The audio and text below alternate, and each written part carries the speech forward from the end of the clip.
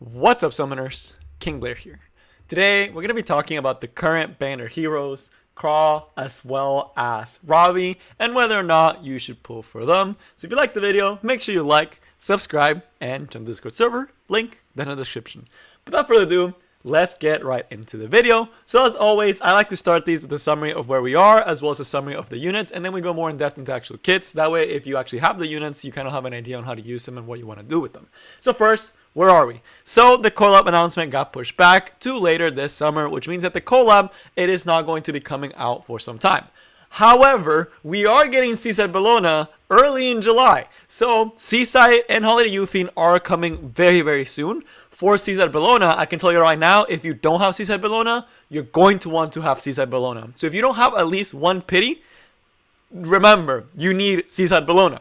Right? Everyone needs a Seaside Bellona. That unit is incredible. So just know that she's coming down the line. We do have the collab. It does stink that they keep pushing it back.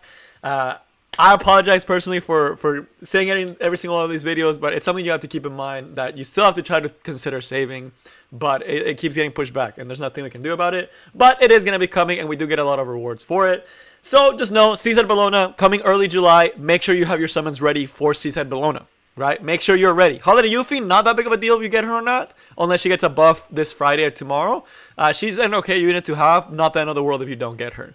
But with that, let's actually talk about both these units, Krau and Ravi. And man, these units are amazing. These units are ridiculous. Krau is a unit that if you're someone that wants to get competitive in RTA, I am going to highly suggest you pull for him.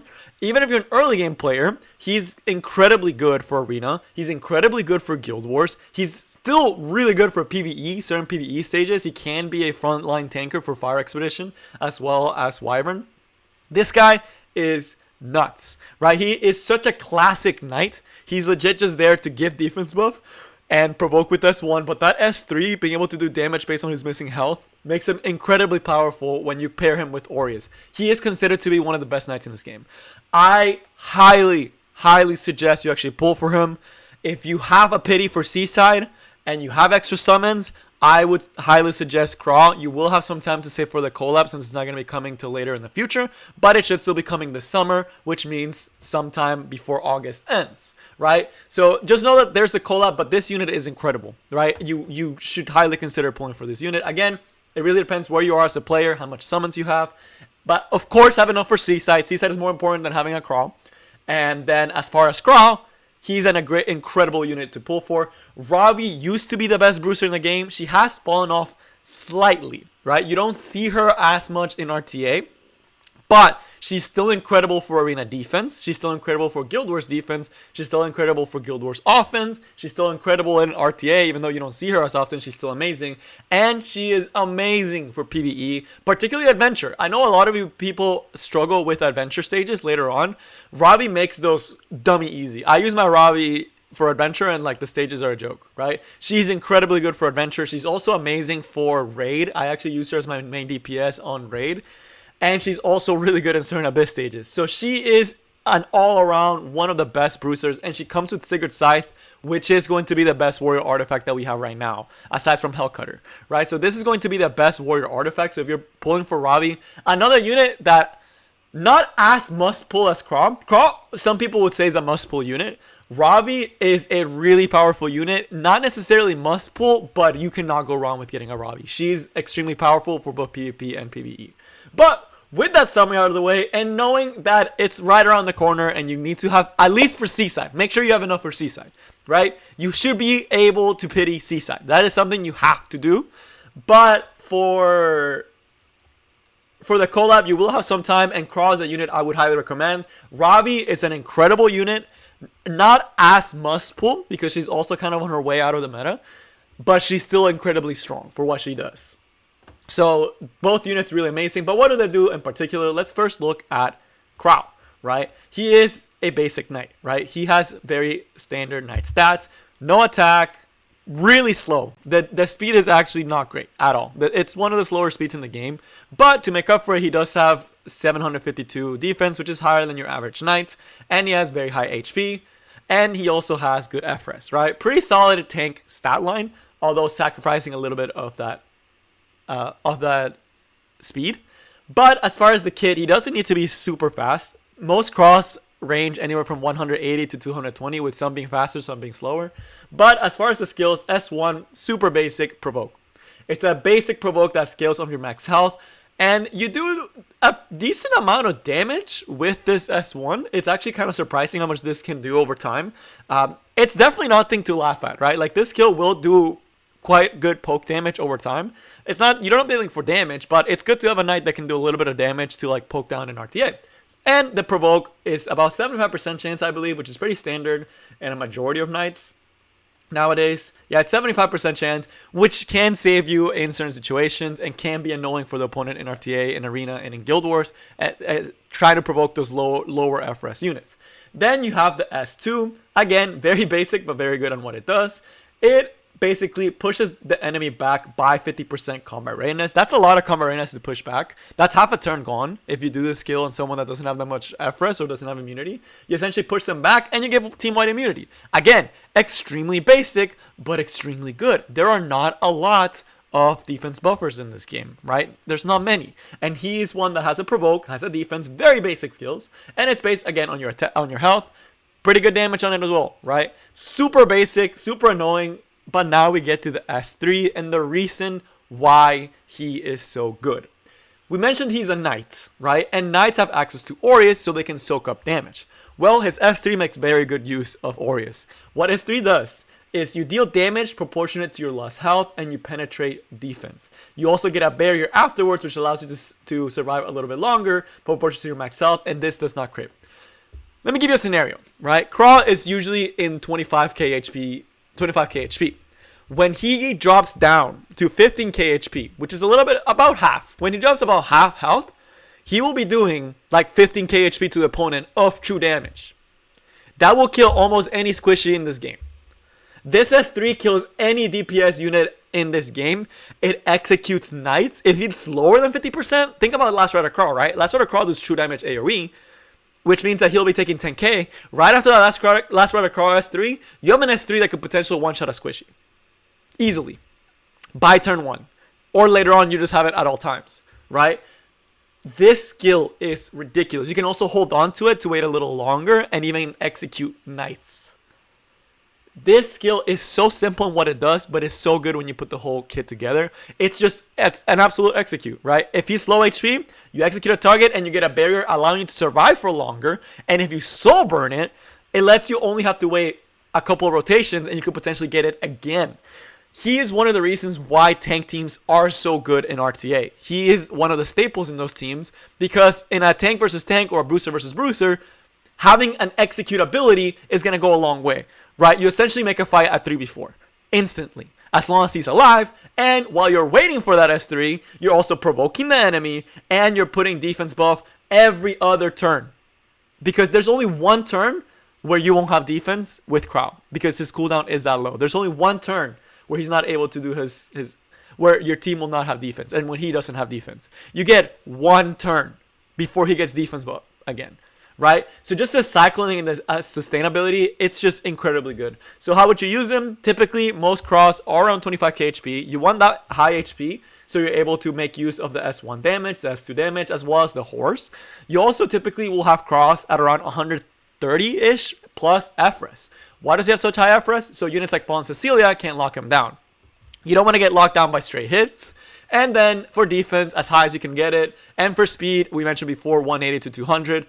And he is good in all PvP content. He's an amazing knight for all PvP content. And for PvE, I use him for Fire Expedition. And there's some other places you can also use him. Like in Abyss, you can definitely use him there. You can also use him for Raid because of the defense buff, right? It's just so solid. He is one of the best knights in this game. And I know the collab is coming, I know Seaside is coming, but if you have your Seaside summons ready, since you've been saving for so long, you can dabble in your Krau. Because this unit will carry. He is so incredibly powerful. And there's a reason why they're putting him out now, is because we're getting the collab right around the corner, and Seaside, and all the summer units, and the new summer unit that's going to be coming soon. That's why they do all this stuff, right? That's why they're putting him in now, right? They're trying to bait us, right? They're trying to bait you into doing this. So really good unit. I would consider it, but just know that there's a collab coming. There's potentially a new summer unit coming. There's a lot of good stuff coming. But he's just an incredibly strong unit. Now, as far as Ravi, I have done a full guide on her, and for the most part, that full guide's still up to date. So if you go to the channel and go to the Ravi full guide, the only thing that's different is the matchups. But how you use her, what she does, it's still the exact same. The kit, everything. And she's an incredibly good unit, right? She is such a good rooster. But what's her stat line look like? For a warrior, she has one of the highest HPs in the game. That is an incredibly high HP and incredibly high defense. The attack is not bad. It's not good either. It doesn't hit 1k. But for having these tanky of stats, it's not terrible. Doesn't get any help from crit rate, which does make her hard to build. And doesn't have that much speed, right? So again, she's a little bit more bulky. But we'll see later with her passive, she can become ridiculous. I forgot to mention cross imprint, but it is going to be defense. It's going to be HP for self imprint, and it's really good. For Ravi, defense is very good because it allows your Ravi to be surviving for longer. And as you'll see, it's really good because she life steals a lot, right? So having more survivability on defense, really, really nice. So now let's actually look at the kit. Why is she such a freaking good unit? So first, we got the S1. She also does have an exclusive equipment, which gives her more attack, right? So just know that 960 goes higher with her exclusive equipment. And the exclusive equipment, definitely pretty good, right? I'll talk about what the exclusive equipment does. So first, the S1.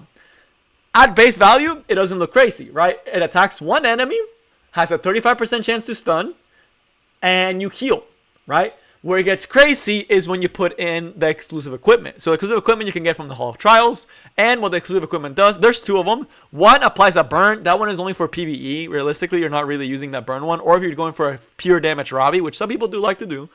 But the other one is going to be the cleansing. This skill has a 45% chance to cleanse one debuff when you use it. That's the one that most people use, especially because Ravi is on counter set. And that allows her to get rid of things like defense breaks, like provokes, like attack breaks, like slows, like restricts.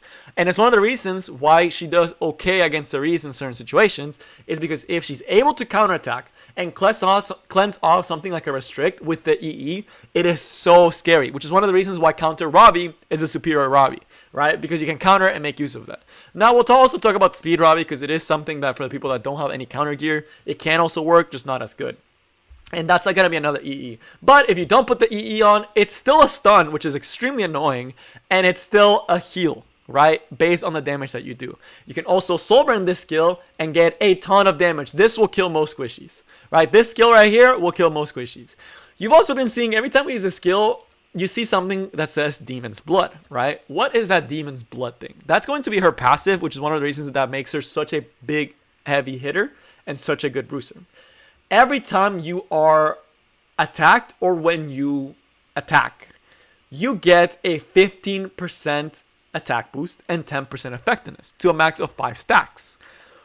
What this means is every time you get hit or every time you attack, you can get up when your max stacks to 75% extra attack to your base. So that 996% attack gets an extra 75% just raw attack damage increase, which is a lot. It's one of the reasons she can hit so hard and be so tanky. Then you also have the effectiveness, and this one doesn't make too much sense, but we did see the stun in the S1. This is more for the S3, and it makes it so in Frenzy, you're actually able to land this skill on a lot of higher ER units and a lot of supports. It's because you get 50% when you're max stacked, and we see that with the restriction. The other thing that makes this so good and that makes up for her low base speed is going to be that every time you get attacked, you get a 15% CR push when you max this out. 15% CR push every time you are hit. Again, that stacks up like crazy, and it will keep stacking up. The other thing that it doesn't mention in the S1 is that you get this Fury. You get, I believe it's 30% when you do your S1 and 5% when you get hit. So it's 5% when you get hit, and I believe it's 30% when you do your S1, right? And it's important because we'll get to the S3 that has no cooldown, right? But again, this makes her an insane stat line, right? Just crazy good stat line. And last, but definitely not least, the actual S3. It's an AoE attack that has a 700% chance to stun everyone, and if you stun, you can reduce the combat readiness for 2 turns. This essentially can function as a 2-turn stun, because if they're higher on the CR bar and you hit them here, you not only stun them, which means they lose the turn, but you can push them all the way back here, which means you essentially stun AoE for 2 turns if you use it at the right time. And you want to know the best part? This skill doesn't have a cooldown. It's based on the fury that you have. So, why is that important? You can theoretically spam this skill, especially if you're getting a lot of dual attacks. If we do the S3 here, you see the AoE attack, and you have all these stats, right? The 50% effectiveness and the 75% attack. You do a massive AoE. You stun a bunch of units. By the way, the EE can raise this to 85%. It gives it an extra 10% chance to stun. So for the speed Ravis, this is the one that you would go for. You would go for the extra chance to stun on the S3. But let's say you do that, right? And let's say you were at 100. Now you're back to 30, right? And we mentioned it's a 2-turn stun. If you pair her with things like Ross, if you pair her with things like Cerise, and you do the S1, that gives... Oh, shoot. I used it again by accident, but you guys didn't see it. It doesn't have a cooldown. But assume that you had 100, or even if you were at 70, right? Because you got hit a couple times, or you dual attack or counter a couple times. If you do an S1, you already have 30. So if you dual attack one time, if you counter one time, boom, there you are. And if you got hit 2 more times, you already have enough fury to do the S3 again. This skill can theoretically have no cooldown. And I have situations where I've used S3 3 times in a row. It's one of the reasons she's so good at soloing, especially with something like Sigurd's Scythe, allowing her to heal, right? So whenever she's low at 50%, this skill with Sigurd's Scythe, it's spammable. If she's the only unit, they're forced to hit her, meaning she's getting CR push, meaning she's getting combat spirit, meaning she has more chances to counter, meaning you're using more S3s, and she gets to S3 and she gets to heal back to full with Sigurd's Scythe. Right? So this is one of the reasons why she's going to be the best bruiser in this game. Just the survivability, the counter chance, and all that good stuff. How to build, counter set is the superior set. And I will actually show a build for both her and Krau.